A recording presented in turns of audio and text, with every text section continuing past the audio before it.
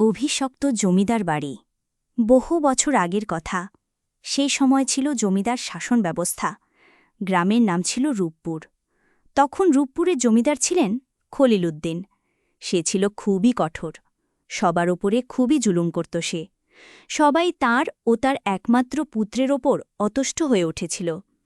পুত্রের নাম ছিল খালিদ উদ্দিন। সারাদিন বনে জঙ্গলে পশু পাখি হত্যা করা তার নেশা, আর মানুষকে কথায় কথায় চাবুকের বাড়ি মেরে খুবই আনন্দিত হতো সে, ঠিক যেন বাবার প্রতিচ্ছবি।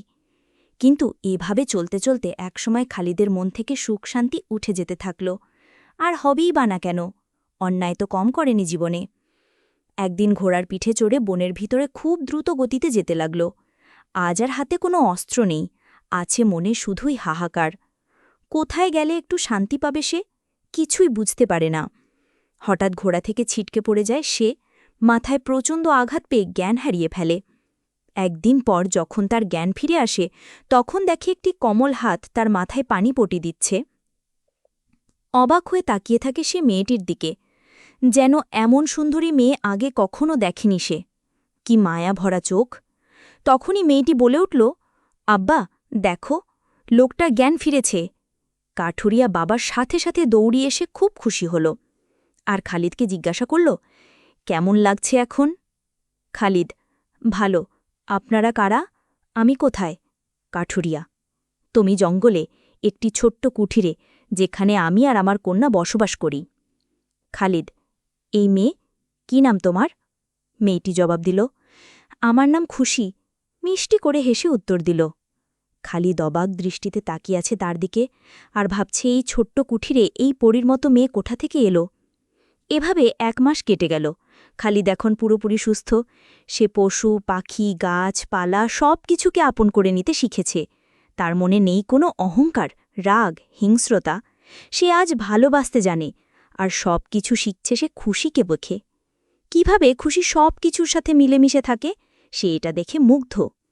এদিকে জমিদার বাড়ি নেমে এসেছে শোকের ছায়া। 1 মাস ধরে ছেলের কোনো খোঁজ না পেয়ে জমিদার ও তার স্ত্রী শোকে পাথর হয়ে গিয়েছে। এখনও খুঁজে চলেছে, কিন্তু কোথাও নেই ছোট জমিদার। কি হবে এখন? আর কোথায় খুঁজবে তাকে? 2 দিন পর খুশি বলল, ছোট জমিদার মহাশয়, আপনি এবার বাড়ি ফিরে যান। আপনার বাড়িতে হয়তো আপনার জন্য অনেক কষ্ট পাচ্ছে। খালিদ, তোমাকে ফেলে যায় কিভাবে বলো তো? খুশি অবাক হয়ে বলল, কি বলছেন বাবু? খালিদ, ঠিকই বলছি, তোমাকে ছেড়ে আমি যেতে পারবো না। গেলে তোমাকে নিয়েই যাব। আমি যে তোমাকে ভালোবাসি। ছোট জমিদারের এমন কথা শুনে খুশি আর কাঠুরিয়া ভয়ে কাঁপতে লাগল।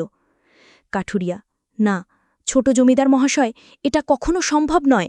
জমিদার মহাশয় জানতে পারলে খুব বিপদ হয়ে যাবে, মেরে ফেলবে আমাদের। আপনি বাড়ি ফিরে যান। ছোট জমিদার, না, আমি যাব না। হয় খুশিকে আমার সাথে নিয়ে যাব, আর না হয় আমি এখানে থেকে যাব। আজই বিয়ে করতে চাই খুশিকে। খুশি, তা কি করে হয়? আপনি তো জমিদার বাড়ির ছেলে। কাঠুরিয়ার মেয়ের সাথে বিয়ে কিভাবে সম্ভব? কাঠুরিয়া, না বাবু, এটা কিছুতেই হয় না। আমি সামান্য কাঠুরিয়া, আমার মেয়েকে জমিদার মহাশয় কখনো মেনে নেবে না। ছোট জমিদার, আমি আর কিছু শুনতে চাই না। এটা আমার আদেশ। আমি ছোট জমিদার, আমার কথা না মানলে কি হবে বুঝতে পারছেন তো? তারপর অনেক তর্ক বিতর্কের পর কাঠুরিয়া আর কোনো উপায় না পেয়ে খালিদ আর খুশির বিয়ে দিতে রাজি হয়। বনেই সম্পন্ন হয় তাদের বিয়ে। খুশি ঘরের এক কোণে জড়সড়ো হয়ে চুপ করে বসে আছে। কি হবে তার, যদি জমিদার তাকে পুত্রবধূ হিসাবে মেনে না নেয়? খালিদ বুঝতে পারে খুশি কি নিয়ে এত চিন্তা করছে।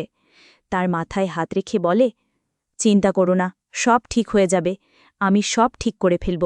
তোমার জন্য আমি নতুন জীবন পেয়েছি, তোমার আমি কিছু হতে দেব না। পরের দিন খালিদ রওনা হয়ে খুশিকে নিয়ে বাড়ি উদ্দেশ্যে। বাড়ি ফিরে দেখে চলছে শোকের মাতুম। তার মা বিছানায় অসুস্থ হয়ে পড়ে আছেন। খালিদ, মা, কি হয়েছে তোমার? মা অবাক হয়ে ছেলের দিকে তাকিয়ে বলল, খালিদ, বাবা তুই এতদিন কোথায় ছিলি? কান্নায় ভেঙে পড়ে তার মা। জমিদার এসে মা ছেলের এই আবেগঘন মুহূর্ত দেখে নিজেও কাঁদতে লাগল। সেও ছেলেকে জড়িয়ে ধরে কাঁদছে এতদিন পর ছেলেকে জীবিত ফিরে পেয়ে। তারপর সবার নজর গিয়ে পড়ল খুশির উপর। জমিদার, এই মেয়েটিকে? খালিদ, এই মেয়ে আমার জীবন বাঁচিয়েছে। সব ঘটনা খুলে বলল খালিদ। ওর আরও একটি পরিচয় আছে, ও এই বাড়ির বউ। এ কথা শুনে তো জমিদার তো রেগে আগুন। জমিদার, কি বলছো? এই সামান্য কাঠুরিয়ার কন্যা আমার পুত্রবধূ? আমি মানি না। তোমার জীবন বাঁচিয়েছে বলে তাকে তুমি বিয়ে করবে? এক্ষুনি বিদায় করো ওকে। খালিদ, না, কিছুতেই না। যদি তাই চাও আমিও চলে যাব ওর সাথে, আর কখনো ফিরে আসব না। এ কথা শুনে তার মা কান্নায় ভেঙে পড়ে, আবারও অসুস্থ হয়ে পড়ে। তখন জমিদার ছেলেকে আবার হারানোর ভয়ে চুপ করে মেনে নেয়, কিন্তু কিভাবে এই কাঠুরিয়ে মেয়েকে বাড়ি থেকে বের করা যায় সেই পরিকল্পনা করতে থাকে জমিদার। জমিদার তো এক কথার মানুষ। সে তার ছেলের বিয়ে অনেক আগেই পাশের এলাকার জমিদারের মেয়ের সাথে ঠিক করে রেখেছে। তাই যে করেই হোক এই বউকে তাড়িয়ে ওই জমিদার কন্যাকে বউ করে আনবে সে। এভাবে বেশ কিছুদিন চলে যায়। এদিকে ছোট জমিদার ও তার স্ত্রীর সুনাম ছড়িয়ে যেতে থাকে চারপাশে। দুজনে মিলে দরিদ্র অসহায় মানুষদের সাহায্য করতে থাকে, বিভিন্ন উন্নয়নমূলক কাজ করতে থাকে। বিনিময়ে অনেক দোয়া পায় দুজন। এসবে ছোট জমিদার ও তার স্ত্রী খুব হাসি খুশিতে দিন কাটাতে থাকে। কিন্তু সবকিছু দেখে জমিদার ক্ষিপ্ত হয়ে ওঠে।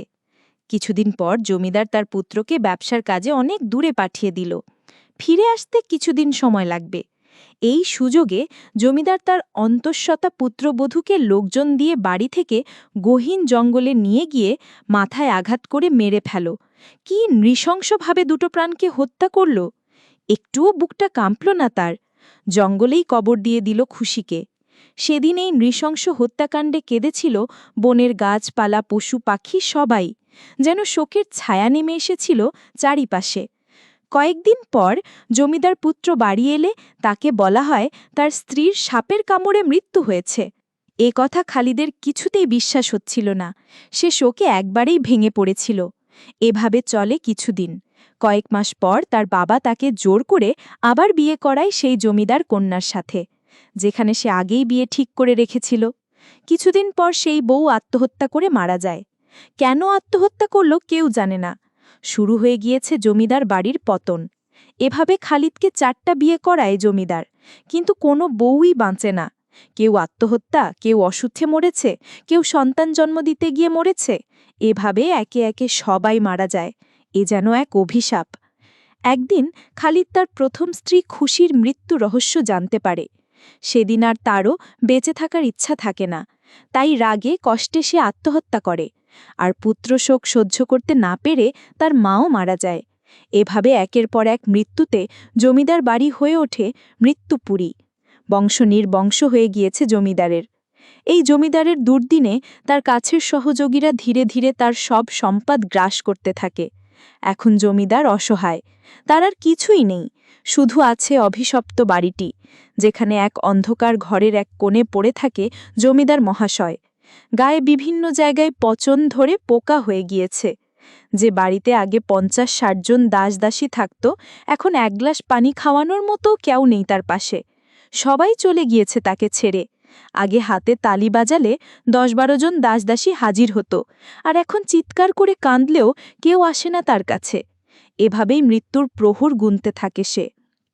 এখন জমিদার বুঝতে পারে এটি তার কর্মেরই ফল, যা আখিরাতে তো ভোগ করতেই হবে, আর দুনিয়াতেও ভোগ করে যেতে হবে। একদিন সেও চলে গেল দুনিয়া থেকে। আজ কোথায় গেল তার এত ক্ষমতা, অহংকার, হুঙ্কার? শুধু রয়ে গেল তার অভিশপ্ত বাড়িটি, যেখানে কেউ প্রবেশ করে না।